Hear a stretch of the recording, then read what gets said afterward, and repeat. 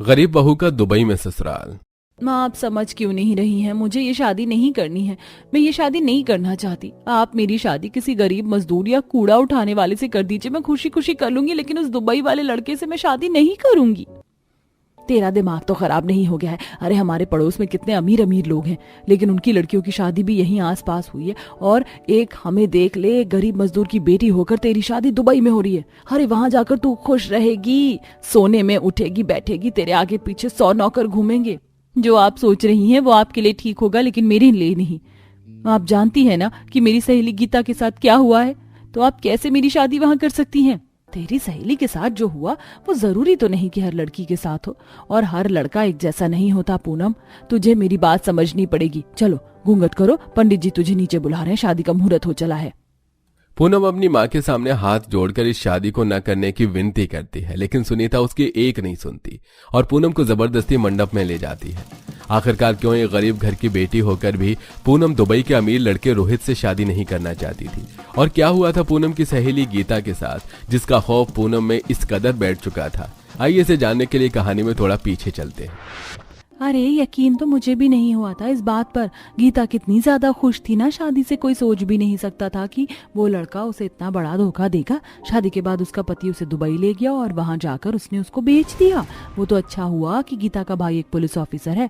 गीता का कॉल न मिलने के कारण उसे गड़बड़ महसूस हुई और वो दुबई जा पहुंचा और जल्द ही अपनी बहन को उन लोगों के चंगुल से छुड़ा लिया। यार मुझे तो बहुत डर लग रहा है। तू तो जानती है कि मेरा रिश्ता भी एक दुबई में रहने वाले लड़के से हुआ, कहीं उसने भी मुझे बेच दिया तो। हो सकता है पूनम मेरी बात मान तो तू अंकल आंटी को मना कर दे रिश्ते के लिए। 1 साल और घर पर बैठ जा, लेकिन ऐसे खतरे में मत जा। अपनी सहेली के साथ हुए इतने बड़े हादसे को जानकर पूनम काफी ज्यादा डर चुकी थी और अब वो अपनी मां सुनीता और पिता रमेश को इस शादी को करने से साफ साफ मना कर देती है। तेरा दिमाग तो नहीं खराब हो गया? रिश्ता तय हो चुका है, अगले हफ्ते तेरी शादी है और तू अपनी सहेली की बात में आकर इस शादी को करने से मना कर रही है। अरे वो तो चाहती ही है कि तेरा रिश्ता दुबई में ना हो और तू भी हमारी तरह गरीबी में रहे। बात चाहे जो भी हो, लेकिन मैं ये शादी नहीं करूंगी। तुझे शादी तो करनी पड़ेगी। अगर तूने ये शादी नहीं की तो मैं अपनी जान दे दूंगा। अपने पिता की जान देने की धमकी सुनकर पूनम काफी ज्यादा डर जाती है और न चाहते हुए भी शादी के लिए हाँ कर देती है। शादी की रात भी पूनम अपनी मां से शादी न करने की विनती करती है, लेकिन पूनम की मां एक नहीं सुनती और आखिरकार पूनम की दुबई में रहने वाले रोहित नाम के लड़के से शादी हो जाती है और आखिरकार पूनम अपनी दुबई वाले ससुराल में आ जाती है। हे भगवान, कितनी बड़ी गाड़ी है। 2 लोगों के लिए इतनी बड़ी गाड़ी क्यों है? और ये आगे ड्राइवर के साथ बॉडीगार्ड कौन बैठा है? कहीं इसी के साथ तो मुझे रोहित बेचने नहीं ले जा रहे। हे भगवान, क्या होगा मेरे साथ? अरे क्या हुआ पूनम? काफी देर से देख रहा हूँ, परेशान लग रही हो। सब ठीक तो है ना? हाँ सब ठीक है, बस मुझे माँ बाबा की याद आ रही थी। थोड़ी देर में वो बड़ी सी गाड़ी एक बहुत बड़े बंगले के पास आकर रुकती है। पूनम जैसे ही गाड़ी से उतरकर उस बड़े से बंगले को देखती है। हे भगवान, इतना बड़ा बंगला! ऐसे बंगले तो पिक्चर में होते हैं और इन जैसे बंगलों में ही तो ऐसे तस्करी के काम किए जाते हैं। मुझे लगता है कि सच में ये मुझे बेचने जा रहे हैं। जरूर अंदर मुझे खरीदने के लिए ग्राहक बैठे होंगे। पूनम क्या हुआ? चलो, सब तुम्हारा काफी देर से इंतजार कर रहे हैं। पूनम डरते डरते अपने पति रोहित के साथ उस बड़े से बंगले में जाती है और देखती है कि वहां उसकी सास, नंद और ससुर खड़े हैं और घर के बाकी सभी नौकर हाथों में फूल की प्लेट लिए खड़े हैं।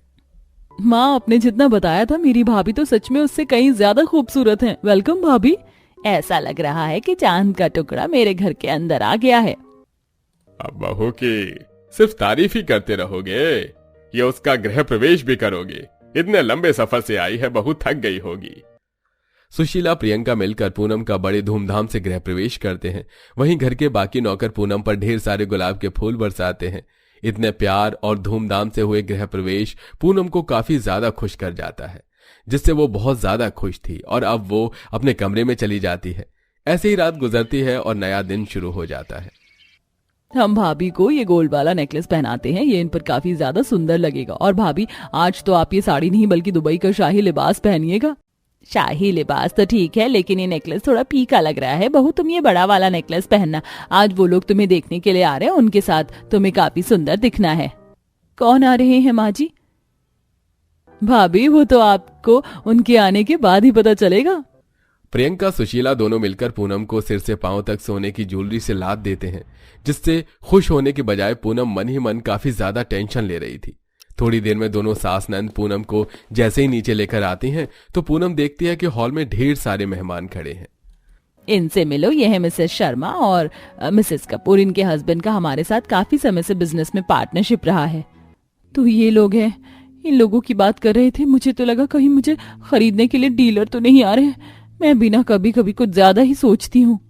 पूनम राहत भरी सांस लेती है और एक एक कर सभी मेहमानों से मिलती है।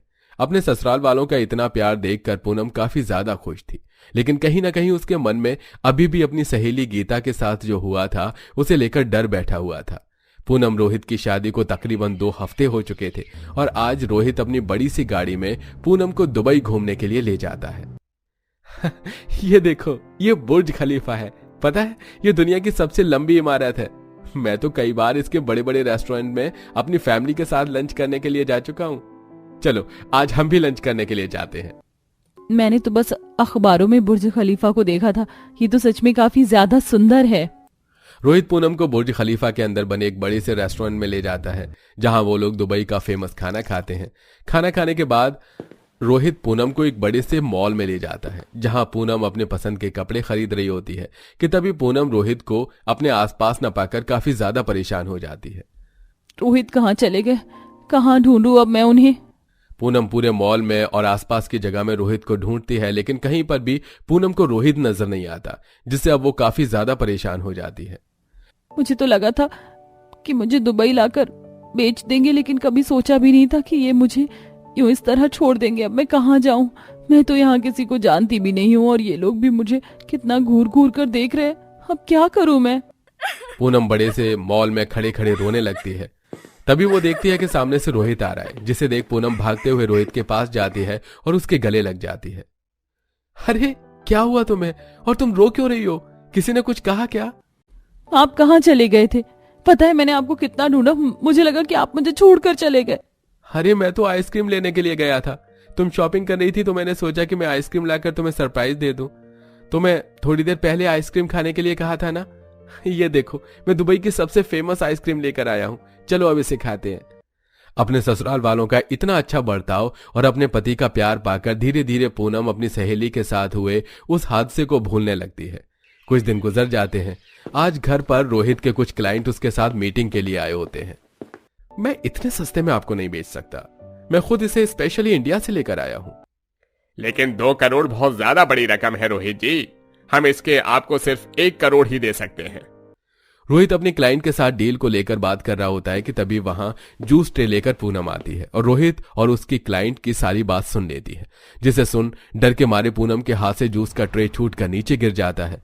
पूनम डर के मारे वहां से भागती है और जाकर कमरे में बंद हो जाती है। रोहित दूसरे कमरे की खिड़की से अपने कमरे की खिड़की का कांच तोड़ता है और कमरे में आ जाता है। दूर रहिए मुझसे, मैं पुलिस को कॉल कर दूंगी। लगता है आपको दुबई का सख्त कानून नहीं पता। आपको शर्म आनी चाहिए। अपनी पत्नी को बेचने की बात करते हुए आप ऐसा कैसे कर सकते हैं? पूनम, तुम क्या कह रही हो? मुझे तो कुछ समझ में नहीं आ रहा है। पूनम रोहित को अपनी सहेली के साथ हुए हादसे के बारे में बताती है, जिसे सुन पूनम, मैं तुम्हारी नहीं बल्कि इंडिया से लाए हुए एक स्टैच्यू की बात कर रहा था। भला मैं अपनी पत्नी को क्यों बेचूंगा? तुम्हारी सहेली के साथ जो हुआ वो बहुत ज्यादा बुरा हुआ, लेकिन मैं तुम्हारे साथ ऐसा नहीं कर सकता। क्या करूं? मुझे तो कुछ समझ नहीं आ रहा। तुम्हें मुझ पर यकीन नहीं है तो तुम खुद उन क्लाइंट से जाकर पूछ सकते हो, और स्टैच्यू के तो हमने पेपर से बनवा रखे हैं। रोहित पूनम को शांत करने के लिए गले से लगा लेता है, जिसके बाद पूनम अब रोहित के साथ नीचे जाती है और उन पेपर्स को पढ़ती है, जिसे पढ़ने के बाद पूनम को रोहित की बात पर यकीन आ जाता है। और अब बीतते समय के साथ साथ पूनम के दिल से सारा डर खत्म होता है और अब पूनम रोहित के साथ अच्छे से अपने आगे की शादीशुदा जिंदगी जीती है। थक गई हूँ काम करते हुए, थोड़ा आराम करना चाहती हूँ। जल्दबाजी में बर्तन साफ करने के चक्कर में साबुन के कारण प्राची के हाथ से प्लेट गिर जाती है और ये आवाज सुनते ही गुस्से में चंद्रवती चली आती है। क्यों रे, तेरी हिम्मत कैसे हुई मेरे बर्तनों को गिराने की? कहीं ऐसा तो नहीं कि तू काम का गुस्सा मेरे बर्तनों पर निकाल रही है? नहीं माँ, ऐसा नहीं है, वो मुझसे गलती से गिर गया था। सब अच्छे से जानती हूँ मैं, सब तेरे बहाने हैं। यही सोच रही है काम करने में गलती करूंगी तो मैं तुझसे काम नहीं करवाऊंगी। जी माँ, नहीं। ये सुनते ही चंद्रवती प्राची के कान खींचती है। माँ, माँ। 1000 बार बोला है मुझे माँ मत बोला कर, फिर भी दिन भर माँ करती रहती है। अरे तू हमारी सौतेली बेटी है, सौतेली। माँ, आप मुझे इस घर में लेकर आई थी, मैंने तो अपने आसपास आप दोनों को ही अपना माता पिता पाया है। मैं नहीं जानती कौन मेरी असली माँ है। ये चिकनी चुपड़ी बातें करना छोड़ दे, मेरा दिल नहीं पसीजेगा तेरे इन शब्दों से। अरे चंद्रावती, छोड़ दो इसको। इसके लिए तो मैं एक रिश्ता देख लूंगा, इसके बाद ये हमारी नजरों से दूर हो जाएगी। चलो हम दोनों राजू और पिंकी को लेकर डिनर करने चलते हैं, आज इसके हाथ का खाना नहीं खाएंगे। जी ठीक है, मैं अभी सुंदर सी तैयार होकर आती हूँ। ये कहकर चंद्रवती तैयार होने चली जाती है और तैयार होकर अपने सगे बच्चे और पति के साथ बाहर डिनर करने चली जाती है। वहीं प्राची भी घर का सारा काम करके भगवान के सामने सर रखकर रो रही होती है। हे महादेव, आप ही बताइए कि मुझे ऐसी जिंदगी क्यों मिली। मैं खुद तो नहीं आई थी यहाँ, मुझे तो लगा मेरे असली माता पिता यही हैं, पर दोनों ही मुझे अपने असली बच्चों के आने पर नफरत करते हैं। मैं तो अपने असली माता पिता को नहीं जानती, मैं कहाँ जाऊं, और अब तो पापा भी मेरी कहीं शादी करवाना चाहते हैं। ये कहते कहते प्राची वहीं उनके चरणों में सो जाती है। कुछ देर बाद जब चंद्रवती और उसके बच्चे आ जाते हैं तो बाल्टी का पानी डालकर उसे भिगो देते हैं। ये मंदिर है, तेरा बेडरूम नहीं जहाँ सो गई तू। अब हम लोग आ गए, जितना आराम फरमाना था तूने फरमा लिया, अब चुपचाप काम पर लग जा। लेकिन माँ, मैंने सारा काम कर रखा है, घर में कोई काम नहीं है। अच्छा, कोई काम नहीं है तो ये ले। इतना कहकर गौतम वास तोड़ देता है। बाहर से मिट्टी के जूते चप्पल लाकर घर में झाड़ देता है। बच्चे भी कागज वगैरह फाड़कर हॉल को गंदा कर देते हैं। अब दिखाई दे रही है गंदगी, चल चुपचाप साफ करने लग। अपने पिता की ये बात सुन आंखों में आंसू लिए प्राची वहाँ की सफाई करने लगती है। ऐसे ही दिन गुजरते हैं। घर वाले शुरू से ही उसके साथ ऐसा बर्ताव करते थे। जल्द ही गौतम और चंद्रवती एक अमीर परिवार को ढूंढ लेते हैं जहां दहेज नहीं देना पड़ता और प्राची की शादी दिवाकर से कर देते हैं। प्राची भी नई उम्मीद लेकर अपने ससुराल पहुंच जाती है, लेकिन शादी की पहली रसोई के खाने पर ही ओहो, ये खाना किसने बनाया है? तुम लोगों को पता नहीं है क्या, मुझे सब्जी में इलायची नहीं पसंद। इतनी बेकार सब्जी लग रही है। सुरेखा, हटा लो इसे मेरी नजरों के सामने से। अरे ये मैंने नहीं, बहू ने बनाई है। मुझे तो पता है कि आपको ये नहीं पसंद। अब वो पापा जी, मुझे माफ कर दीजिए, मुझे पता नहीं था आपको इलायची नहीं पसंद। मैंने सब्जी इंटरनेट पर देखकर बनाई है। ओहो सॉरी बेटा, मैं भूल गया था कि आज तुम्हारी पहली रसोई है और तुमने खाना बनाया है और अब से तुम ही बनाओगी, तो ऐसी हरकत दोबारा मत करना। मुझे इलायची नहीं पसंद। और ये क्या, तुम इंटरनेट पर देखकर क्यों बना रही हो? घर से कुछ सीख कर नहीं आई हो क्या? ओफो, लगता है हमारी कंवार भाभी को कुछ नहीं आता। नहीं, ऐसी बात नहीं है, सब्जी बहुत अच्छी बनी इसीलिए मैंने उससे देखकर बना दिया। ठीक है बहू, दोबारा से ऐसी हरकत मत करना। 1 हफ्ता हो जाता है। उसके खाना बनाने के अंदाज से ससुराल वाले खुश नहीं थे। चिमटे से रोटी बनाकर बहू सास ससुर को परोस देती है। आय हाय, खाना खाते खाते ही मेरे पेट में गैस क्यों बन रही है बहू? तवे पर रोटी फुलाकर नहीं लाई क्या? मैंने तुझे समझाया था ना। जी माँ जी, पर रोटी फुलाने पर तवे पर मेरा हाथ जल रहा है, इसलिए मैंने चिमटे से ही रोटी सेक ली। अरे वो तुम पागल हो क्या? अब पूरा दिन सीने में जलन होती रहेगी। हमारे यहाँ जैसे खाना बनाया जाता है वैसा ही बनाना सीख लो तो बेहतर होगा। ये तुम्हारा मायका नहीं है, ससुराल है। जी पापा जी। शाम के खाने में वो तवे पर रोटी फुलाती है, जिसमें रोटी जल जाती है तो कभी उसका हाथ। मेरा हाथ! इतनी देर से रोटी सेकने की कोशिश कर रही हूँ लेकिन हाथ बार बार जल जाता है। जिस चीज का डर था आखिर वही हुआ ना। ना मैं मायके में खुश थी ना ही ससुराल में। ऐसा कैसे हो सकता है कि मेरा मायका और ससुराल एक जैसा है? वहां भी ऐसा ही था। माँ मुझे छोड़ दीजिए, मुझे बहुत दर्द हो रहा है। अब से मैं रोटी गोल और नरम बनाकर लाऊंगी। ठीक है, लेकिन अब की बार मुझे टेढ़ी मेढ़ी या बेकार रोटी खाने को मिली तो इससे भी ज्यादा बुरा हाल करूंगी मैं तेरा। कुछ दिन गुजरते हैं। रसोई में मसाले खत्म हो गए थे तो प्राची बाजार से लेने जा ही रही थी कि तभी सास। ओ पटरानी जी, कहाँ को जल्दी? रसोई के मसाले खत्म हो गए थे, लेने जा रही हूँ। कोई जरूरत नहीं है, हमारे घर में पीस कर मसाले खाए जाते हैं, बाहर दुकान से लाकर नहीं। वो पड़ी ओखली, सूखी लाल मिर्च, धनिया, हल्दी पाउडर, काली मिर्च, इन सबको बारी बारी से पीस कर रसोई में रख दे और फिर खाना बनाना।